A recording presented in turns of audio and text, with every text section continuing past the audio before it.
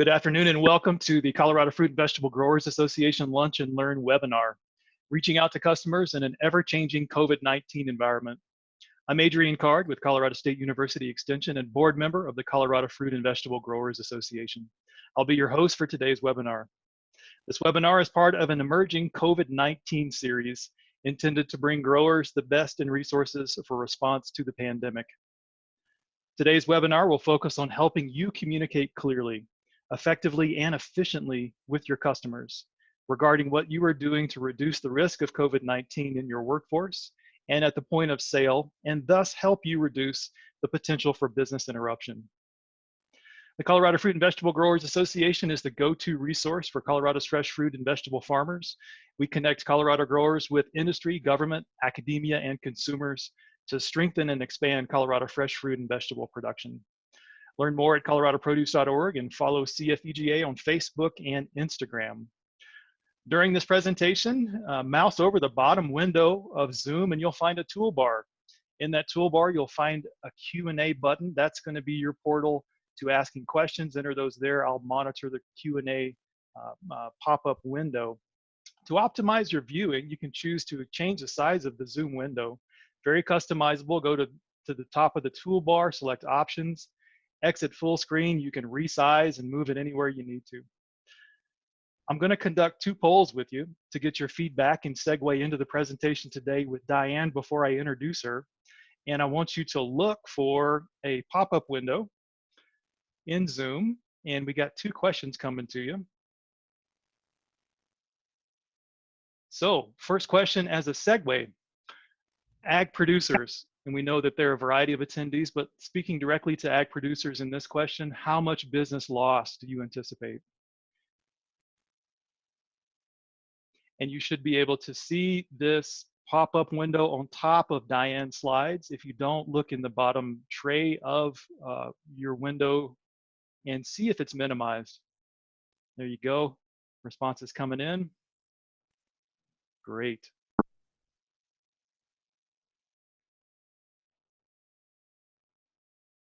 Diane, are you seeing this? I am, absolutely. Great.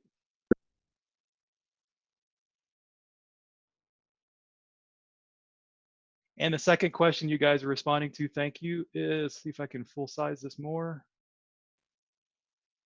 What are your greatest concerns? So answering both of those, it looks like leading off in business losses, estimating about 30% as a leading response. And the greatest concern here related to question one is business loss at 42%. So thank you all for helping us see a little perspective of what your thoughts are. That's great. With that, I want to make sure you know, we'll say this several times, the webinar is being recorded. We're going to post it to coloradoproduce.org/COVID-19. Diane has that URL in her slide. She'll show you that at the very end. So without further ado, our presenter today is Diane Mulligan, president of M&C Communications. We're very honored to have her with us today. Diane has more than 15 years of journalism experience, complementing her 16 years of award-winning communications and PR experience. In her career, Diane has worked as senior editor at NBC News in New York, vice president of national communications for the National Stroke Association, and founder of M&C Communications in 2009, working with organizations such as the Colorado Department of Agriculture, Rocky Ford Growers Association, Hirakata Farms, CFVGA, Colorado Chefs Association, and King Soopers. Diane, thanks so much for being with us today. Pass over to you. Thank you so much. It's so nice to be here, and thank you again. I have to say, on that list that you read, the thing that I think is most relevant today is our work with Rocky Ford Growers Association. You may or may not know, but a handful of years ago, there was a very deadly listeria outbreak, and Rocky Ford was misidentified as being the place that the cantaloupe came from. So the people that eat the cantaloupe, more than 30 people died. More than 100 people got sick in approximately 14 states. It was huge. And so we were brought in to help rebuild the brand and to help build a relationship with their customers, because even though for 125 years at that point, they had never, ever had an issue that the outreach to the customers was more word of mouth than it was an intentional relationship building. That relates a lot to what we're going through right now. So we're going to move on here and talk a little bit about your potential to thrive in COVID-19. The one thing that I want to say, and I was going to put this later, but it was interesting that so many of you thought that you're looking at losing 30% of your business. What's interesting to me is last week, there was research that was shown that actually the consumption of produce, fruits and vegetables is up by more than a third. So I think that's something that's really important. Perspective is huge. So in this, I want you to take a breath. Yes, we're going to or we're in a very chaotic time, but the reality is that we're going to talk about how your business can thrive because you're going to be the calm, compassionate one. You're going to be the one that's going to educate the consumer. You're going to be the one who's going to build trust because you're going to build the relationships with the consumer, and it's not going to take a huge amount of time. And you're going to fill what we call the trust bucket. What I love to do with my clients is fill the trust bucket in really good times. And the trust bucket is a term that actually Christy Lightcap at the Department of Ag, when she was there, came up with, and I stole it from her because I just love it so much. But it's when you develop those relationships so that when people are in a chaotic time or they're looking for information, they don't have to say, who are you? Should I trust you? That's already done because they have the relationship with you. The great thing, though, is that because people are so receptive to information right now, it's an easier time to build the trust bucket. So we're going to help you. We're going to help you develop some messaging. We're going to show you how to easily deliver the messaging, and we're going to provide tools for you that are going to make a difference and save you time in doing it. One of the things that we talk about at my company, we have the theory called move the stairs. Everyone in my group is a former television journalist. Crisis has always been part of our lives. We actually thrive on it. But in move the stairs, what you want to do in any situation, whether it's an issue, whether it's a crisis, is you want to take stock of the situation and you want to look at it from a different perspective. The quick story on move the stairs is that many years ago, I walked into a ballroom and there was a gentleman who was standing up and he was going to be giving a speech. And my client wanted to be the first person to interview him when he came off the stage. The stage had stairs that led down to my competition. They were big stairs, kind of like the ones you see in the picture here.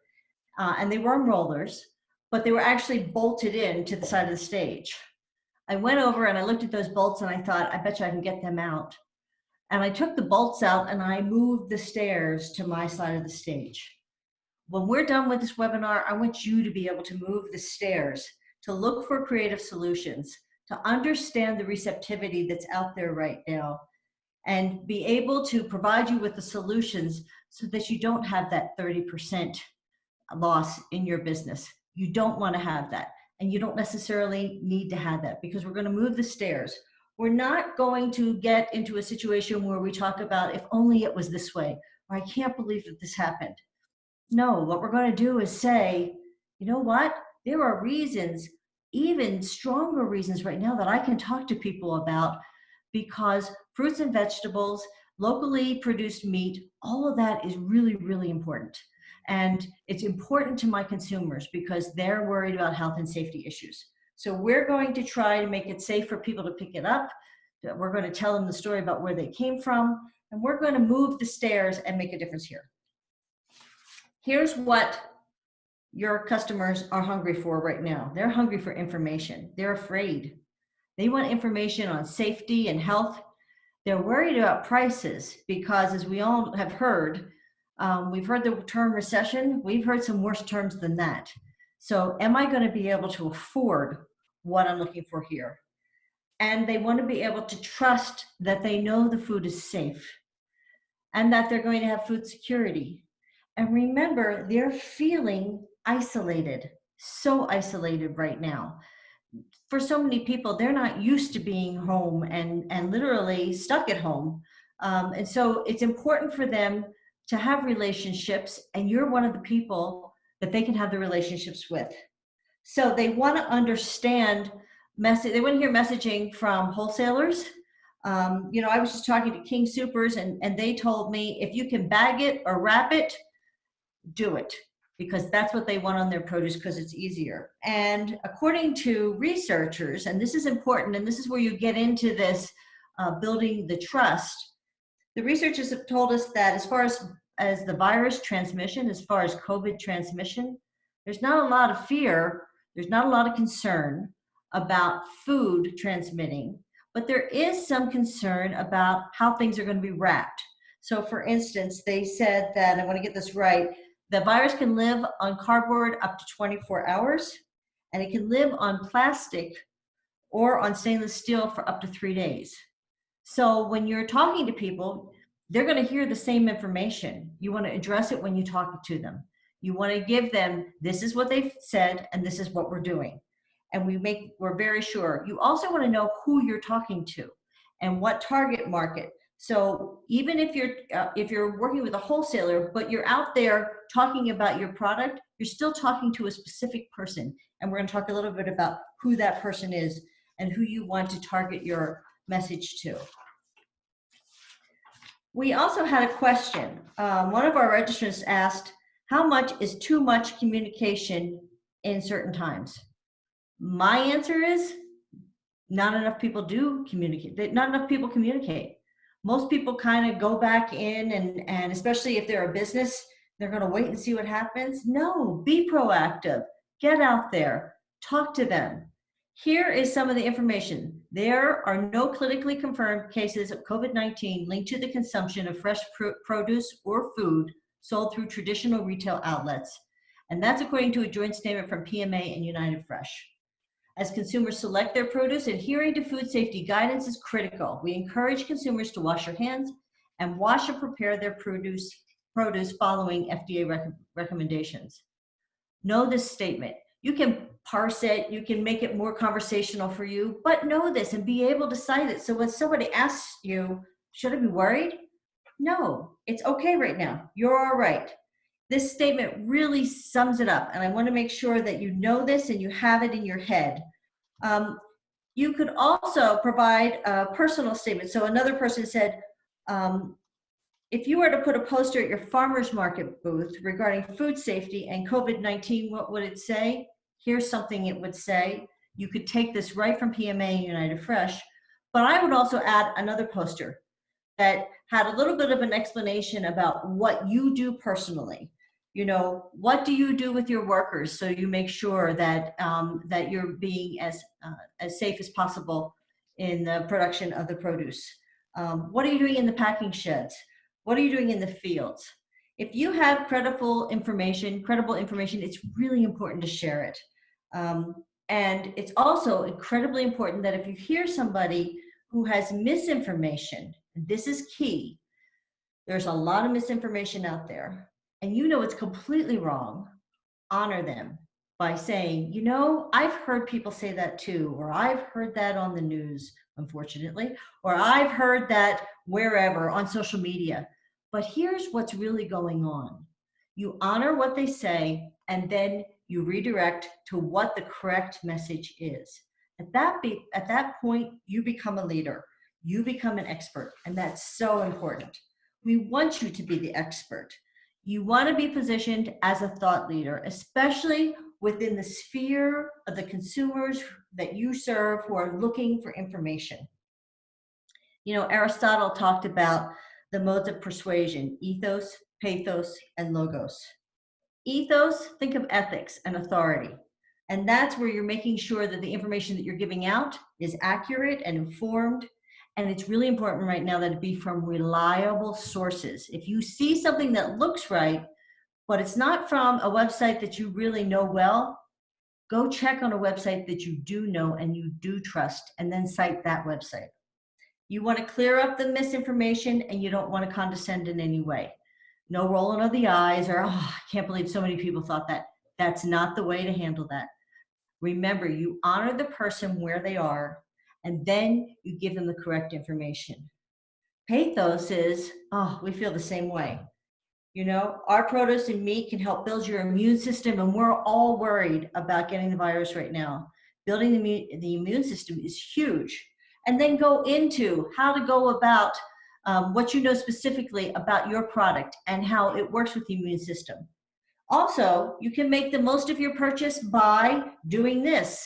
So if you're worried about price, here's how you can stretch these fruits and veggies. Here's how you can put them in the crock pot, or you can use them, you know, in the steamer, whatever. This is how you can use them. So give them information. Know that you're coming from the same place and you understand where they're coming from. That you and your family have the same questions. That's really important.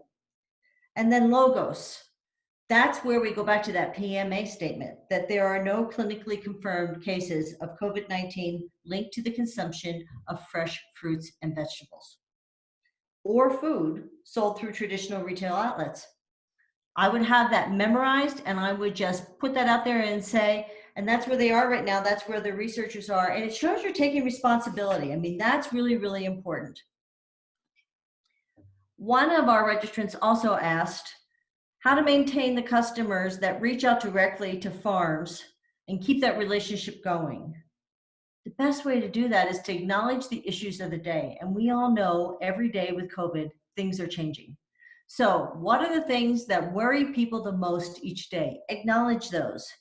You know what questions that you're asking, that your family's asking. The other thing you can do is you can Google COVID food. And when you do that, you're going to see all the latest articles come up and the most popular articles. It takes 2 minutes to refresh yourself on what's going on that day and what people are talking about, which is so very important. You want to update them frequently. Remember, we've had, I don't know about you, but I've seen on television so much on the news, people talking about in this time of isolation, reach out, talk to people, make sure that you're doing that. Well, for a lot of people, that's hard. A lot of people are just going on social media and scrolling through Facebook or looking at Twitter or looking at Instagram, and they're really not doing that outreach. You do it. You be there with the information and ask questions when you're using your social media, because it gets a conversation going. And once that conversation starts, it'll be amazing how much you're developing the relationship with the people that are out there who are desperately looking for a sense of connection. The other thing is try and have some lighthearted material when you're talking to your customers. Is there some fun stuff that you've done with the food? Is there a funny story that happened? We're going to talk a little bit more about lighthearted material as we go along, but it should not be all facts in any way, shape, or form. Just like when you're talking to your friends, it's not all facts. Actually, right now, I just read that puppy and kitten pictures are getting the highest engagement right now on Facebook and Instagram because people want another way of looking. You know what's going on your farm. I will tell you one thing that you can do that you will automatically get people to engage with: sunrises and sunsets on the farm. Any kind of weather on the farm. If you're posting those kinds of pictures, first off, we've had a lot of discussion before we started the webinar about, you know, people don't even understand that their food comes from the farm. This is a great way for you to showcase the farm or other things that you're doing. If you're out there and you have on the blue gloves, I have my gloves with me right here because when I came into my office today, I'm the only one here and I put my gloves on when I got out of the car. If you're doing things with the gloves, just show the gloves holding a cantaloupe or holding some spinach. Just give that visual. That's really important. And show your passion because that's really important. Health and safety. So we just talked about the gloves, okay? Our registrants asked about messaging that provides assurance to customers that our food is produced and distributed in a safe way. You can message it, but man, you can show it. You have such a great opportunity. This cell phone has changed the world. You all know how to take pictures, especially if you're somebody my age. You've got every grandchild picture you could imagine. Or maybe if you're a little bit younger, you have your dog on here or your cat on here. Put your farm on here. Put your produce, put your product on here and share it. Take cool pictures. Have fun with it. Again, nothing that's going to take a lot of time, but if you see something you think, wow, that's really beautiful, If you think it's really cool, if you take it and put it on social media, they will think it's really cool too. So that's really important. So I want you to explain what steps you're taking to keep your product safe. We did this with Rocky Ford from one end to the other that first 3 months that we were with them, and because we came in a month before harvest season, and we did every angle of the shed that we could do to show how safe the cantaloupe were. We also had everyone that we knew eating cantaloupe, we took pictures of them because it reinforced the safety aspect from people who are, from politicians all the way down to children. We took pictures wherever we were, and that was important. You want to talk about how you're reducing risk for your customers and use those terms, reducing risk. We care about this. We are, if you're putting any new tactics into place, then tell people about it. Your workers and your family are really great fodder for social, if you're comfortable with it.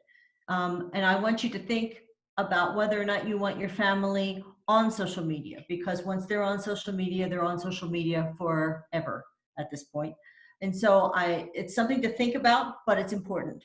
So let's talk about your food safety process. Let's talk about risk limiting factors. Let's talk about the best practices. Let's talk about how you are producing the safest produce possible. We are following the guidelines from the FDA, CDC, and your GAP practices to provide the safest produce possible and take care of our team workers or whatever name that you want to use. You don't want to make a claim that you are safe, because heaven forbid something goes wrong. Then that claim can be used against you in a lot of different ways. So what you want to talk about is what you're doing to be safe, as opposed to making any specific claims. I also want you to talk about how your family and friends eat the same products that you're producing.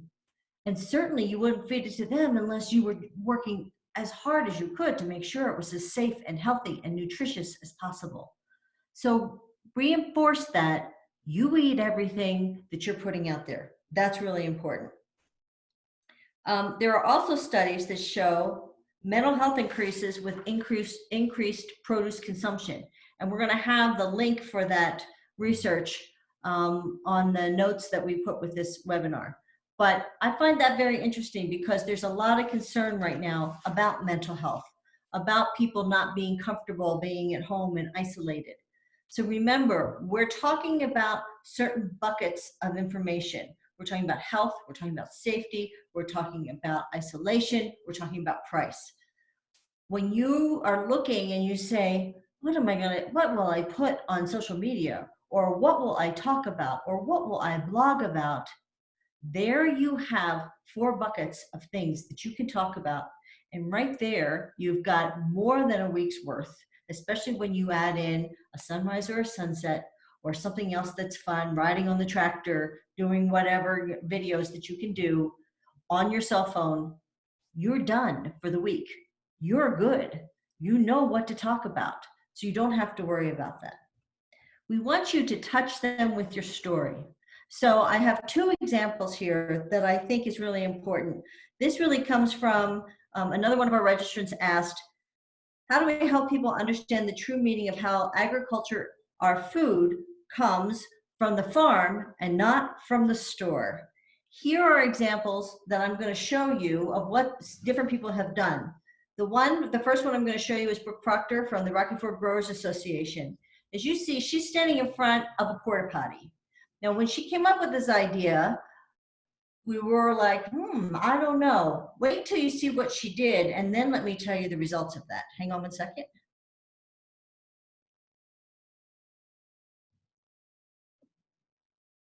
So I'm Brooke Proctor with the Rocky Ford Growers Association, and I want to share with you how important our workers are to us, and it's important for us as growers to take care of them. Here is our porta potty, or you can see there are bathrooms and there's a place to wash your hands, because before you go into the field and when you come out, it's always important to stay clean. It also, you can see the portable, how it is hooked up to the pickup here, so when we move to different fields, we can take it with us, so we take care of our people and take care of our land and make sure that everyone is safe and sanitary. There you go. That was one take. She was done. We posted it. Boom. It was the highest engagement we got for any post on Rocky Ford that year. Something that, would you have thought to do that? Certainly I wouldn't have thought to do that, but Brooke thought to do that because she wanted to make sure that the message was, this is how we take care of our people. Now, the second one I'm going to show you is, if you haven't followed this guy on YouTube, he's phenomenal. His name is Millennial Farmer. He uses a GoPro. He takes all the video, he goes back, he edits it, he puts music in it, but it's really cool. So let me show you this. A chance, we'll get there.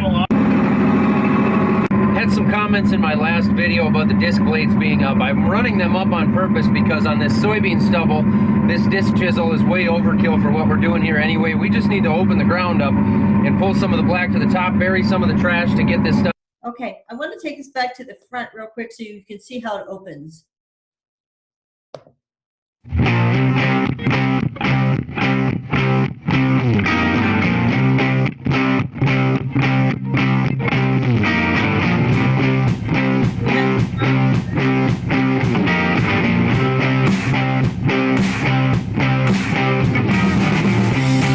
Okay, so in this situation, he has a drone that he uses. He has a GoPro that he uses. He puts the GoPro on the different parts of the tractor, but he talks about his day. Look down at the bottom where it says Millennial Farmer, 444,000 followers. These people automatically get his videos downloaded to them.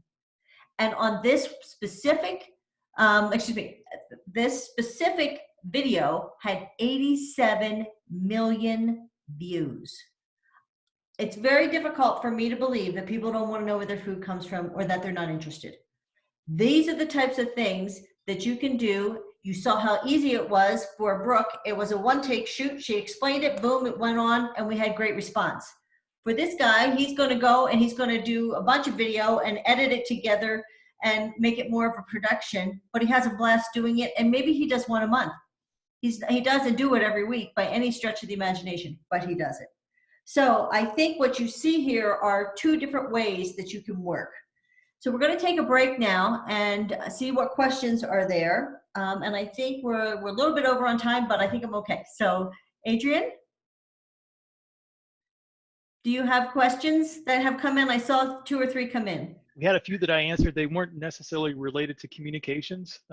So answered those. I wanted to ask, I've seen a grower share with me communications that he was issuing, and his focused in places on sort of the hardships that farm might encounter. And in your estimation, what are customers looking for? Do they want to know that you're having a hard time and you should they should patronize you, or is it more about them being safe and their needs? Which is more important? It's absolutely about the customer. So that's very important. Now, what I will say is, if there is a story in the news that talks about this is a blizzard just happened and we couldn't get the feed to the cattle, or it's a drought and the plants are growing, the crops are growing, but here's a field and it's completely, at that point, doing a story that kind of follows that and says, here's an example of what we're doing. Yes, this is what's happened to us as well.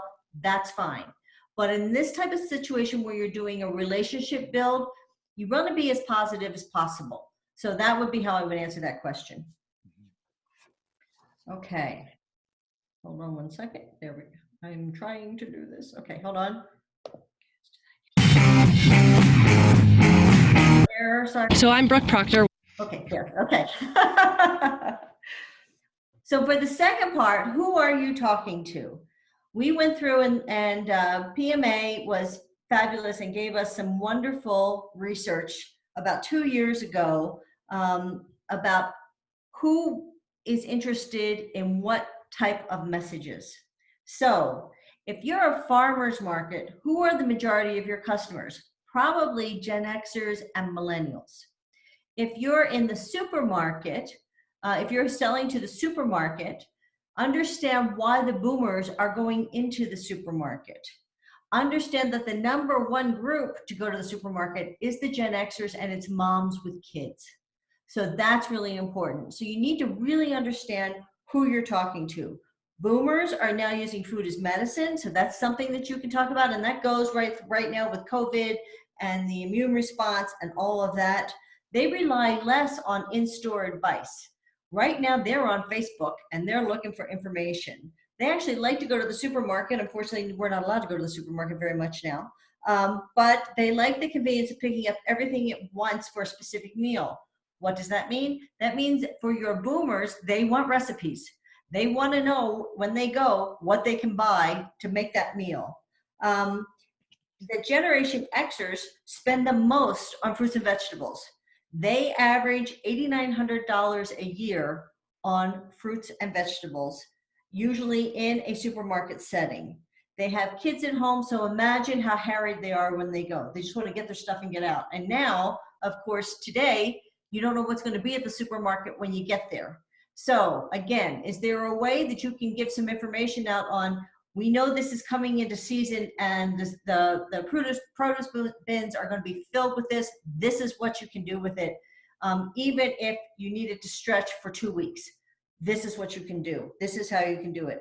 They're also most influenced by promotion, and they're creatures of habit. So you want them to get into the habit of looking for your specific product. Millennials are most likely to shop in line and to go to the farmers markets. They make very few trips to the grocery store, but they're really hungry for inspiration. And you know what they love most? Instapot recipes. If you got an Instapot recipe and you say, come to the farmers market, this is what's going to be here, and this is what you can do with it, that's a great thing to talk about. They're also very interested in what's going on the farm. They're interested in what's going on and how their produce is coming to them. So it's really important. And we're just learning about Gen Z. They're very frugal and they're pretty much online at this point. So I want you to think about who you're talking to. We're going to tell you which channels, whether it's Facebook, Twitter, Instagram, makes the most sense. And then you're going to you can take the one message and you can change it different ways so that you're talking specifically to that audience. You can also say, you know, my audience, this is what I'm going to tell them, and I'm going to put it on all 3 channels, and that's okay. It's just from a relationship standpoint, the more you work with your different channels and your different audiences, the better. New research from reliable sources is really important and something that you can share. So you're not even out there producing content, you're just sharing content. This is a perfect example, the power of produce in 2019. So snacking has the 2nd highest interest. This is something that I would absolutely share on Facebook, but I would also share it on Instagram because my Gen Xers are going to be more on Instagram, my boomers are going to be more on Facebook. So this is another way that you share information so they don't have to find it. They know they can come to you and you're going to give them what they need. And of course, this talks about ways you can integrate produce into your snacking routines, what you can carry. There's a whole lot in this article that you could have pulled from, and you could have had a week's worth of content just from this one article. As long as you say this is where the article came from, you're good. And then I want you to have some fun. What are some of the great things they can do with your product? How great does it taste? You know, when I'm talking about Rocky Ford, I explain about bricks. I think bricks is kind of an interesting thing. And I explain about the sugar content and why it's there and why it is the sweetest, most tasty cantaloupe that you can possibly get. And I'm going to use words that make my mouth water when I'm talking about it. That's what I'm going to do. I'm also going to talk about how does it make their life better. So nutrition, I'm hitting that really hard right now. Nutrition is important. And building that immune system is hugely important. Remember, it's the headline, it's the tease, it's what you put at the top of whatever that post is, and it's the picture that stops them so that they will read what you're doing and they will see that the type of information that you're putting out there is building a relationship with them. There's also a nutrient density report from the CDC on the CFVGA website. So use that, pull from that. That's other good information. And it's very easy if you choose, and if you want to really get into this, you can go to a site called Canva, and you can actually make a little graphic. It does not take long at all. Or you can just take the information and put a colored background on the back of it, and maybe put a small picture in it. Boom, you're done, and you've got information that you've taken from that density report and made something that is kind of fun and that you can watch. And then recipes, if I can say it. Recipes are something people use constantly, and they love food art. Oh my gosh, they love food art. We had a watermelon carved to look like Governor Polis. I can tell you that that thing almost went viral. It was hysterical, and he held it for us. He was very nice that day, and that worked out great. So food art is really important. So these are just some ideas, some fun ways for you to develop content that you can put on that will not take you a long time, that you can have some fun with. And think about this, you can involve your kids at the same time, because the kids have the great ideas too. Okay, Andrew, we are ready. Any new questions? Adrian, I'm sorry, Adrian, I apologize. I'm over here muted.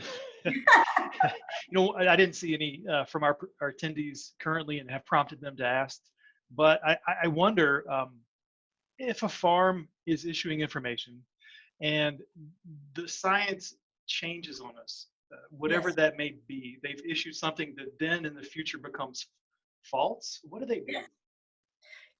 I'll give you the perfect example. When we first started with Rocky Ford, we were told just scrub your cantaloupe under cold water. The next year, they changed that.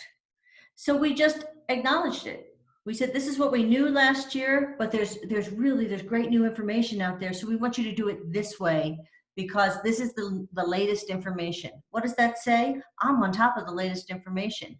I'm giving you the latest information. Change is not something that worries customers at all. The fact is, if you're there, they've all gone through huge changes, but if you're there and you're giving them that information, that means you're on top of it. So I think it builds your credibility when something changes, but you're the one who actually shares the change. Great. Thank you. Yeah. All right. So reach out and touch them. That's huge. Remember, they're isolated. I bet that every last one of you has been on the internet looking up information on things today. Well, let's have them look up information on your product. So they want to have fun with it. They want to learn about it. So this is what we do. Facebook, the channel, and we call these channels. Facebook channel is Boomers and Gen X. Twitter are males, usually around in their mid-30s, and the media. If you are interested in getting stories on your company, on your product, if you want to be a thought leader, then you need to be on Twitter, because that's where the media looks for information. Instagram is for Gen Xers, Gen Zers, and millennials. Remember, Instagram is completely pushed by photos. Less information, more photos on Instagram. Twitter, you're going to have information, and you do want to put a picture, but it doesn't have to be the same type of picture as what's on Instagram. And Facebook, videos are great for Facebook as well as Instagram. Influencers, these are people that you want to find in the age range of the target market that you're looking for, who will talk about your product. An influencer can be anybody from a friend who has, for instance, on my Facebook page, I have 9,000 followers. So if I'm talking about public relations, I would be considered an influencer in public relations. At this point, I could probably charge to do a post, although I don't do that. But the point is, when you're online and you're looking at what other farms are doing and what other people are doing, the millennial farmer would be a great influencer to talk about your product and what you're doing on your farm to make sure that your workers are safe and that your product is safe. He'd be great to talk about that. So you reach out to them and you find out what they are, you negotiate. Some of them, product is all they're really interested in. Some of them would love to come out to your farm because it adds to their content and they'll talk about it. Some of them want to be paid, and payments can be anywhere from $50 to $10,000. It really is all over the board. But influencers have that following, and when people see what they're doing, then they tend to follow the people that the influencers talk about. Hashtags. Hashtags are like buckets to me. So there's a hashtag right now called Doing My Part Colorado that the governor put out. You put a hashtag only on Twitter and Instagram, not on Facebook. And you can search the hashtag when you're going to Twitter or Instagram and see what other people are doing. Doing My Part Colorado is all about what we're doing to help each other during the COVID crisis. Well, if you've got a fabulous farm that's doing something special, or if you're harvesting, but you are really following those safety practices, or you want people to know about that statement from PMA that food is not transmitting the virus, all those things you can post and then you use the hashtags. So that's really important. Remember when you are talking here that you are talking and you're being informative. Remember that great pictures are key. And when I say great, I do mean pictures that you take on your phone. But think about how you're taking the picture. Videos that you take on your phone. Always think about what's in the background on the video, which is really, really important. If you're comfortable with it, your children in the fields, people will just love those pictures. Your animals, oh my gosh, animals on the farm are huge. If you have, if you're interested in a GoPro and putting it on what you're doing, like you're on the tractor, like the millennial farmer does, we're talking an investment of $50. And you can, of course, use it for the kids and for vacation and all the other stuff that goes along with it. It's not a huge investment. So all of those things are really important. Then think about putting this content with a hashtag, and use the same hashtag all the time, for safety, for health and nutrition, for price, for family, for fun, and watch and see what hashtags are actually resonating with your consumers. That's really, really important.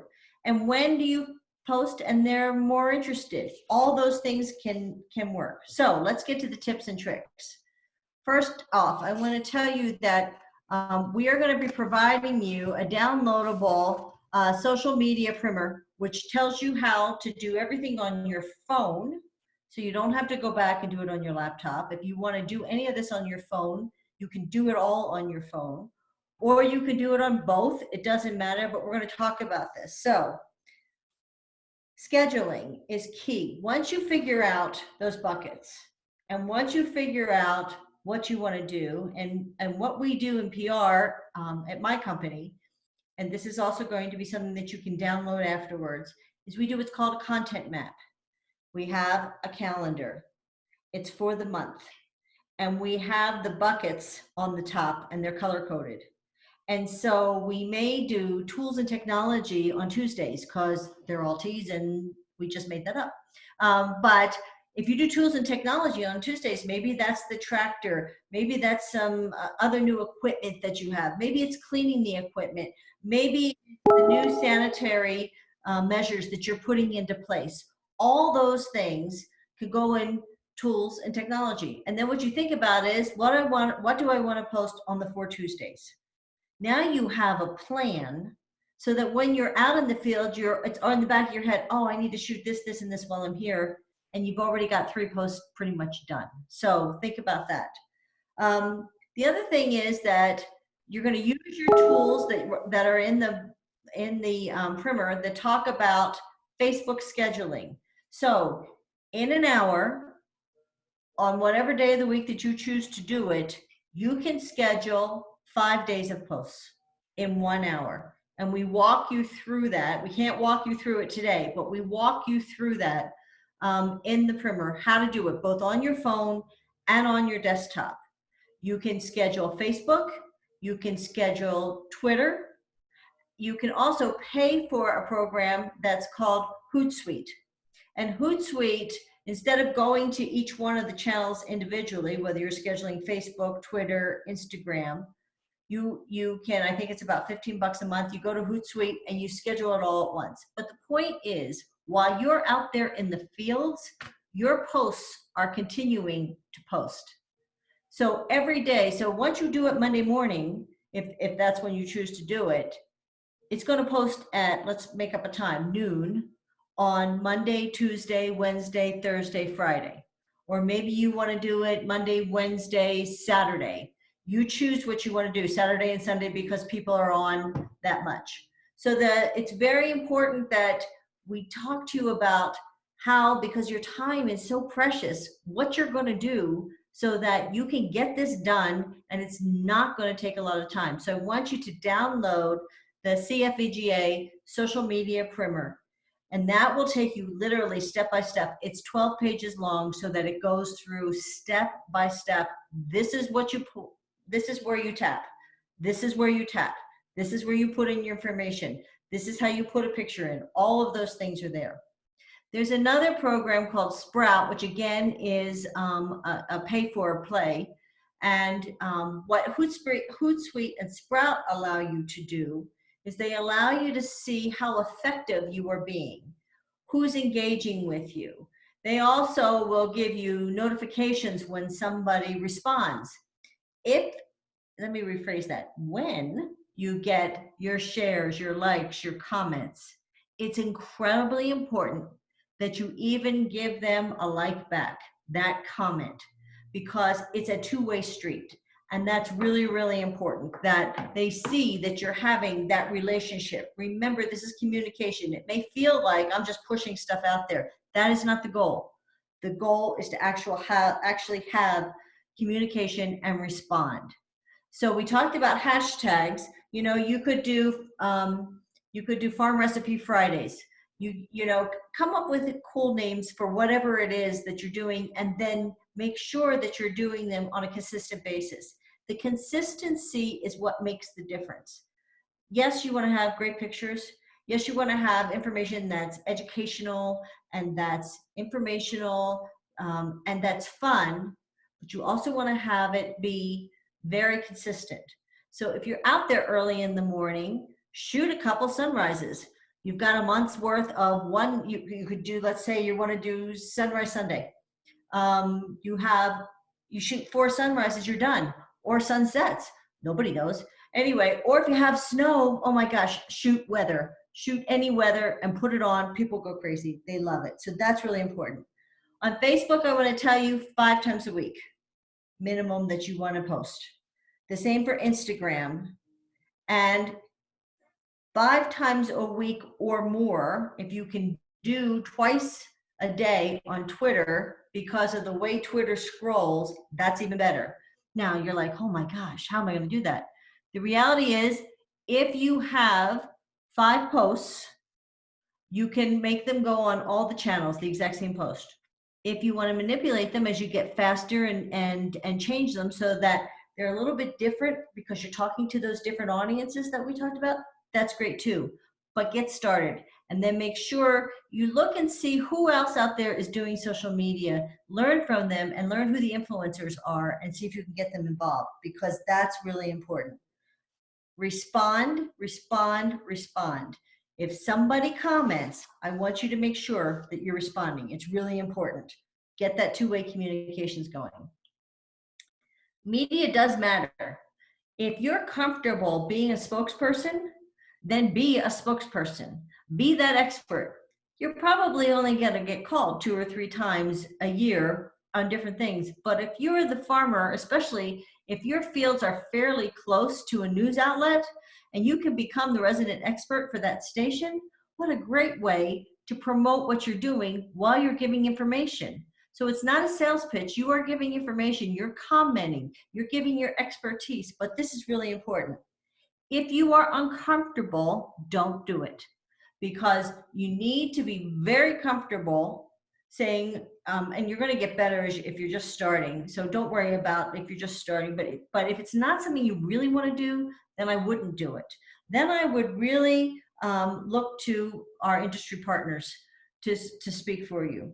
But if you are going to be speaking, it's incredibly important that you know what's going on that day in the market, that you know what's going on that day regarding food security. These are buzzwords that the media talk about all the time, that you know what the news has been regarding farming, regarding food. So just do a quick Google search, as I told you before, and see what people are talking about. You know, if you go to the Google box and you type in a question, you'll get a list, and you'll also get a box that says, this is what other people have asked, questions other people have asked. That's a great way for you to get a feel if, let's say you've been out you're in harvest time and you're going crazy. And someone called you and said, we really want to talk about something, and 9 times out of 10, it's going to be drought or something of that nature. Just make sure that you know what's already been written. If you can figure out who the reporter is going to be, I always do a quick search on what the most recent stories were that the reporter did, so I get a feel for the reporter, which is really good. And I also think about 3 points that are important for me to get across. So what are the 3 points, no matter what the questions are, what are the 3 points you want to talk about, because this is your opportunity? There's a thing called bridging. So if Adrian asked me a question about PR, but I really want to talk about food security, I'm going to acknowledge his question, answer it in a very short period, and say, but you know, what's really important here is that the people in the PR world are all banding together to make sure that fruits and vegetables are getting to those who are in need. We have a program that's doing that. So I took his question, I answered it in a very short way, but then I went right into what I wanted to talk about. The other thing is flagging.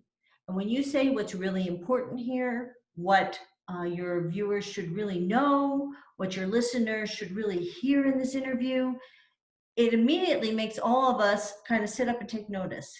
So flagging and bridging are 2 things that are very, very important. The last thing is, if you're interested in doing this, you can feel free to call your local stations and say, if you need somebody to talk about what's going on the farm, or to talk about what's going on in the market right now, or to talk about the health and nutritional benefits of fruits and vegetables, just wanted to let you know I'm here. They love that because they're constantly searching for people. So if you make the media's life easier, usually they're going to make your life easier as well.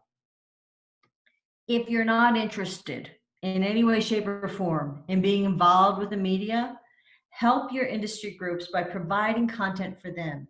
If you had something happen on the farm that's really a great story, you thought, oh, this is really good, call them up and say, I got a story for you, because they're also being called all the time by the media, and they're looking for stories. They're also looking for ways to get the media more involved in telling the stories of their farmers. So help them out with that. If you saw an update that you're not sure they saw, share it with your industry partners. And if you've heard something out there that you're hearing over and over again, give them a call and say, we really need to dispel this misinformation. It's really important. Peso. These are all the different ways that you can do outreach to your customers. This will also be downloadable. I'm just going to talk about the 4 middle circles here. Paid is where you're paying media to do something, whether you're going on maybe Colorado and Company or Colorado's Best. That's where you're paying for a segment. Earned is where you've earned the media's interest enough that they're going to come out and interview you. Shared is basically social, and owned is where you do blogs or you put things on your website. So take a look at this. Again, this is downloadable, and it's a great way. If you can fill these, if you can do one thing from each one of these circles, then you have a very integrated outreach, and people are going to hear your message in different ways, and you're going to have more impact. So we talked a little bit about who represents you. You want to make sure that they're confident. Think of Dr. Fauci. So we've all watched the COVID updates, and we see the whole group of people behind the president, and then people start talking. Who's the one person who is the most credible on that stage? Dr. Fauci. He acknowledges issues. He answers questions. He's fine with saying, I don't know, I will find out, or we're not there yet, or this is what we do know. If you're going to be that media person, you need to have credibility and you need to be comfortable in talking in front of the camera or on the phone. You need to have enough energy and enough presence so that what you say is coming through and it's breaking through the clutter. And you need to think about, where are you doing the interview? So Michael Hirakata is in the fields here. He is always in the fields or in the sheds when he does the interview. Why is that? He is on the farm. He is the farmer. I'm not going to put him behind a desk.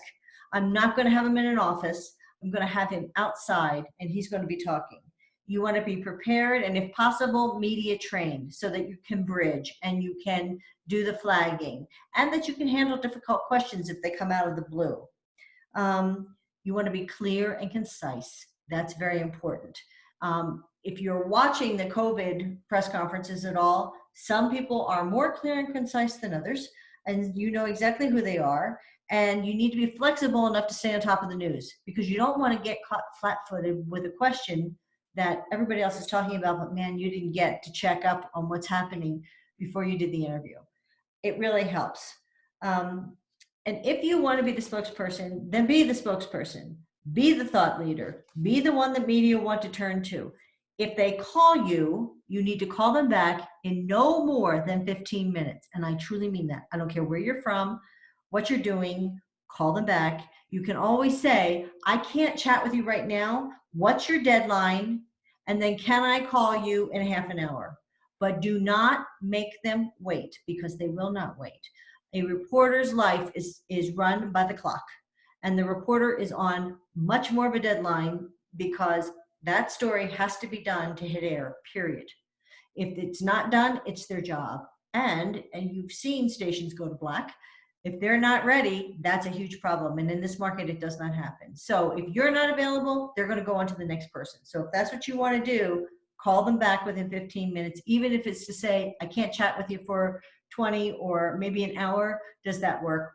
And if it doesn't work, here's somebody who I can suggest for you. Help them out. They'll remember that. They'll come back to you.